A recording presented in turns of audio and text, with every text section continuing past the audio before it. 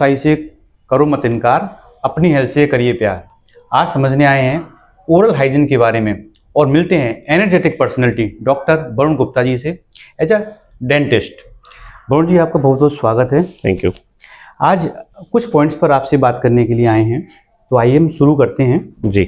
जैसे और लोग फीवर हो जाता है, कोल्ड हो जाता है, स्किन प्रॉब्लम हो जाती है, मस्कुलर पेन हो जाता है, तुरंत डॉक्टर से कंसल्ट करने के लिए जाते हैं। लेकिन कुछ लोग जो ओरल हाइजीन, जैसे माउथ में स्मेल आना या दांतों में दर्द होना, टीथ एक की प्रॉब्लम के, कुछ लोग इस पर ध्यान नहीं देते हैं। तो ऐसा क्यों होता है कि जो ट्रीटमेंट होना चाहिए दांतों का, जी। उस पर इतना ध्यान क्यों नहीं दिया जाता, बाकी जो अदर प्रॉब्लम्स होती हैं उन पर बहुत ज़्यादा ध्यान दिया जाता है, ऐसा क्यों होता है? तो बेसिकली ब्रशिंग को ना लोग एक तरह से एक रूटीन समझते हैं। ओके। वो उनके लिए एक हेल्दी हैबिट नहीं है। उनको कुछ पॉइंट्स में ये चीज़ बता सकते हैं, जैसे कि लैक ऑफ अवेयरनेस है। ओके। स्कूलों में बच्चों को नहीं बताया जाता कि भाई ब्रशिंग कैसे करना है, क्या करना है। उनको पढ़ाया तो जा रहा है लेकिन ब्रशिंग हैबिट नहीं बताई जा रही। ओके। दूसरा इसका रीजन है सबसे बड़ा शर्म, हेजिटेशन। लोगों में बात करने में शर्म आती है, उनको ये बताने में शर्म आती है कि मेरे मुंह से स्मेल आती है। ओके। तो लोग इसके बारे में बात नहीं करना चाहते। और तीसरी जो सबसे बड़ी प्रॉब्लम है वो है कि लोग इसको प्रॉब्लम ही नहीं समझते कि अभी कोई प्रॉब्लम ही नहीं है। बिल्कुल। अगर उनके दांतों से खून आ रहा है या मसूड़ों से खून आ रहा है या स्मेल आ रही है तो वो उसको टालते रहते हैं कि अभी कोई बड़ी प्रॉब्लम होगी, यानी जब कोई पेन होगा तब हम डॉक्टर के पास विजिट करेंगे। बिल्कुल। तो ये सबसे बड़ा रीजन है जिस वजह से लोग ओरल हाइजीन को ज्यादा सीरियसली नहीं लेते। इसी चीज़ पे कंटिन्यूएशन पे मेरा नेक्स्ट क्वेश्चन है कि जैसे जब लोग पर्सनली बातें करते हैं, लोगों के बीच में बैठकर बातें करते हैं, 1-to-1 कन्वर्सेशन हो रहा है जी। और जो उनकी माउथ की स्मेल आती है जी। दूसरे को, तो उसमें उनके कॉन्फिडेंस और कन्वर्सेशन में कितना इफेक्ट पड़ता होगा? बहुत बड़ा इफेक्ट पड़ता है। अगर बैड ब्रेथ की बात करें, जो मुंह से स्मेल आती है, ये एक साइलेंट किलर है कॉन्फिडेंस का। ओके। अगर आपके मुंह से स्मेल आ रही है तो ये आपके पर्सनल लाइफ, आपकी प्रोफेशनल लाइफ, आपकी रिलेशनशिप सब में इफेक्ट डालेगा। बिल्कुल। जिस भी व्यक्ति के मुंह से ये स्मेल आती है वो आपसे कटेगा बात करने से, मुंह इधर उधर छुपाएगा, बात कम करने की कोशिश करेगा, ठीक है ना। तो ये एक लैक ऑफ कॉन्फिडेंस देता है उसको। और जब भी वो अपने आप को किसी सोसाइटी में प्रेजेंट करना जाएगा तो वो उसको उतने कॉन्फिडेंटली प्रेजेंट नहीं कर पाएगा अपने आप को। मतलब उसको ये ध्यान रखना चाहिए इस चीज़ के लिए। Exactly. क्योंकि उसका कॉन्फिडेंस इस चीज़ से बूस्ट होगा। बेसिकली क्या है ना, लोग इसके लिए बहुत टेम्परेरी चीजें यूज करना स्टार्ट कर देते हैं, जैसे कुछ माउथ वॉश वगैरह यूज करना और ये करना। बट जब तक उसका जो मेन रूट कॉज है, जब तक आप उसको ट्रीट नहीं कराएंगे तब तक ये सब टेम्परेरी इफेक्ट है। ओके। अब मेरा एक नेक्स्ट क्वेश्चन है इससे लेकर जी कि बहुत लोग जो बैड ब्रीथ की प्रॉब्लम्स होती है उसको हाइड करने के लिए सुपारी, इलायची, च्युइंगम, गुटखा ये सब खाते रहते हैं जी। और वो कहते हैं ऐसे कि गुटखा खाने से प्रॉब्लम ठीक हो जाती है, आपको पता नहीं है। और दूसरी तरफ ये भी कहते हैं कि डेंटल ट्रीटमेंट बहुत महंगा होता है। मैं अगर कहूँ इस बात को, उनकी प्रॉब्लम तो बड़ी छोटी होती है लेकिन वो इन चीज़ों को खाते रहते हैं, सालों बिता देते हैं। जब वो प्रॉब्लम्स का बड़ा रूप बन जाता है जी, तब वो डॉक्टर के पास आते हैं कि डॉक्टर साहब आप संभालो, प्रॉब्लम हो गई बहुत बड़ी। अब डॉक्टर जब उस प्रॉब्लम्स को देखकर ट्रीटमेंट का चार्जेस बताते हैं तो उस पेशेंट को बड़ा महंगा लगता है, कि कॉस्टली लगता है कि भाई बहुत महंगा है। तो आपकी नज़र में क्या ऐसा करेक्ट है कि डेंटल ट्रीटमेंट बहुत महंगा है, या सही समय पर सही ट्रीटमेंट करा लो तो ज़्यादा सही रहता है? बेसिकली इसमें दो पॉइंट है। पहला पॉइंट ये है कि लोग जो गुटखा पान मसाला, हमारे जो रीजन है इस एरिया में तो वेस्ट यूपी में तो बहुत लोग खाते हैं। बिल्कुल।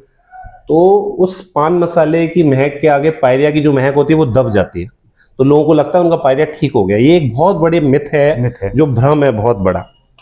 दूसरी चीज इसमें क्या है कि जैसा मैंने अभी बताया था कि लोग परेशानी को परेशानी नहीं समझते। लोग किस चीज को परेशानी समझते हैं? दर्द को। अगर आप सिर्फ इस चीज को परेशानी समझे कि मेरे मसूड़ों से खून आ रहा है, या इस चीज को परेशानी समझे कि मुझे ठंडा गर्म लग रहा है, या इस चीज को परेशानी समझे कि मेरी दाढ़ खोखली हो रही है, हमारे पास मैक्सिमम केसेस ऐसे होते हैं, मैक्सिमम का मैं कहूंगा 90%, कि पेशेंट जब हमारे पास आ रहा है तो जब उससे पूछा जाता है पहला सवाल कि भाई तुम्हें कब से दर्द हो रहा है, तो वो कहता है डॉक्टर साहब बस 2-3 दिन से दर्द हो रहा है। अच्छा। तो दूसरा सवाल मेरा ये होता है कि ये दाढ़ कब से खोखली हो रही है? ये दाढ़ तो 5-6 महीने से खोखली है। तो मैंने कहा आप दर्द का ही वेट कर रहे थे। तो पेशेंट हमेशा हंस जाता है इस बात पे, क्योंकि वो खोखलेपन को उसने समस्या नहीं समझा। तो डेंटिस्ट्री में एक कहावत है कि treatment is not costly, ignorance is. Ignorance very costly. Yes, तो जब पेशेंट उस चीज को इग्नोर करता है तब वो ट्रीटमेंट कॉस्टली हो जाता है। बिल्कुल। लेटर स्टेजेस में आरसीटी, इम्प्लांट, कैप वगैरह वो सब ट्रीटमेंट कॉस्टली है। दूसरा ये कि अगर वो जितना जल्दी ट्रीटमेंट ले लेगा उतना ही वो सिंपल है, सस्ता, सुंदर और सरल कहते हैं, बिल्कुल, वो सबसे सस्ता इलाज हो जाता है। तो ये चीज है जिसकी वजह से लोगों को डर भी लगता है और कॉस्टली भी लगता है। मुझे ये लगता है और एक डर का भी एक सबसे बड़ा रीजन है, डर का ये रीजन है कि कुछ के पास एक्सपीरियंस होते हैं या फिर सुनी सुनाई कहावतों पे लोग आते हैं कि अरे वो उसने बताया था कि ऐसे दर्द होता है। बिल्कुल, तो उस डर के कारण कुछ लोग विजिट करने से डरते हैं और अपनी परेशानी को बढ़ा लेते हैं उसको।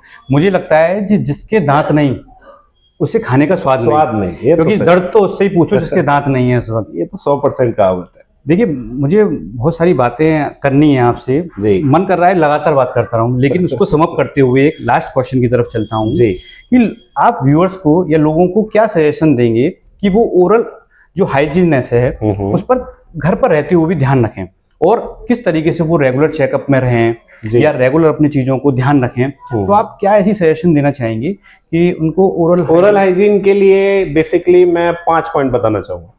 पहला point, 2 times brush. Okay. Specially night में ब्रश करना बहुत इंपॉर्टेंट है, जिसके लिए आपको सॉफ्ट ब्रिसल वाले ब्रश यूज करना है और हैंड भी सॉफ्ट रखना है। ओके। कुछ लोग सॉफ्ट ब्रिसल तो ले लेते हैं लेकिन ताकत लगाते हैं, ब्लड उस चक्कर में उनके ब्लड आना और दांत घिसना, इनेमल घिसता चला जाता है। ठीक है ना। दूसरी चीज, डेली टंग को क्लीन करना, ये एक बहुत बड़ा फैक्टर है जो लोगों को नहीं पता। डेली टंग क्लीन होनी ही चाहिए। बहुत अच्छे। तीसरा, आपको बहुत सारा पानी पीना है। ओके। एटलीस्ट 2 to 3 लीटर्स पानी आपको डेली पीना है। ये आपके गम्स के लिए, आपके डाइजेस्टिव सिस्टम के लिए बहुत इंपॉर्टेंट है। लोगों को पता ही नहीं है कि कई बार मुंह से जो स्मेल आती है वो डाइजेस्टिव इश्यूज की वजह से भी आती है। अच्छा, पेट की प्रॉब्लम की वजह से? डाइजेस्टिव इशू की वजह से आती है, पेट की प्रॉब्लम की वजह से आती है। जिनको एसिड ज्यादा बनता है उनको भी स्मेल आना, दांत गलने की दिक्कत रहती है। ओके। चौथा जो पॉइंट है वो है कि stay away from the tobacco and cigarettes, क्योंकि ये जो तंबाकू और सिगरेट्स हैं इससे बहुत जल्दी मसूड़े सूखते हैं, पायरिया बढ़ता है, प्रॉब्लम्स बढ़ती हैं बहुत ज्यादा ओरल हाइजीन में। और 5वां जो सबसे इंपॉर्टेंट पॉइंट है वो ये है कि आपको हर 6 महीने में अपने डेंटिस्ट को एक रेगुलर विजिट करना चाहिए। अगर कोई प्रॉब्लम होती है तो उसको आगे, अगर आप उसे इग्नोर कर रहे हैं, आप उसको बढ़ा रहे हैं, तो ट्रीटमेंट आपको हमेशा कॉस्टली लगेगा।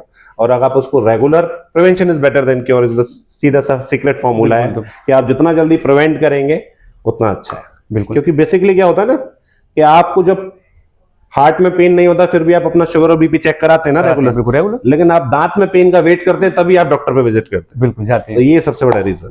मुझे बड़ा अच्छा लगा आपकी इतनी सारी बातें जानकर। मैं भी इन बातों को फॉलो करूंगा और जो जितनी जानकारी मुझे चाहिए थी उससे बहुत ज्यादा मिला है मुझे। थैंक यू आपका बहुत बहुत।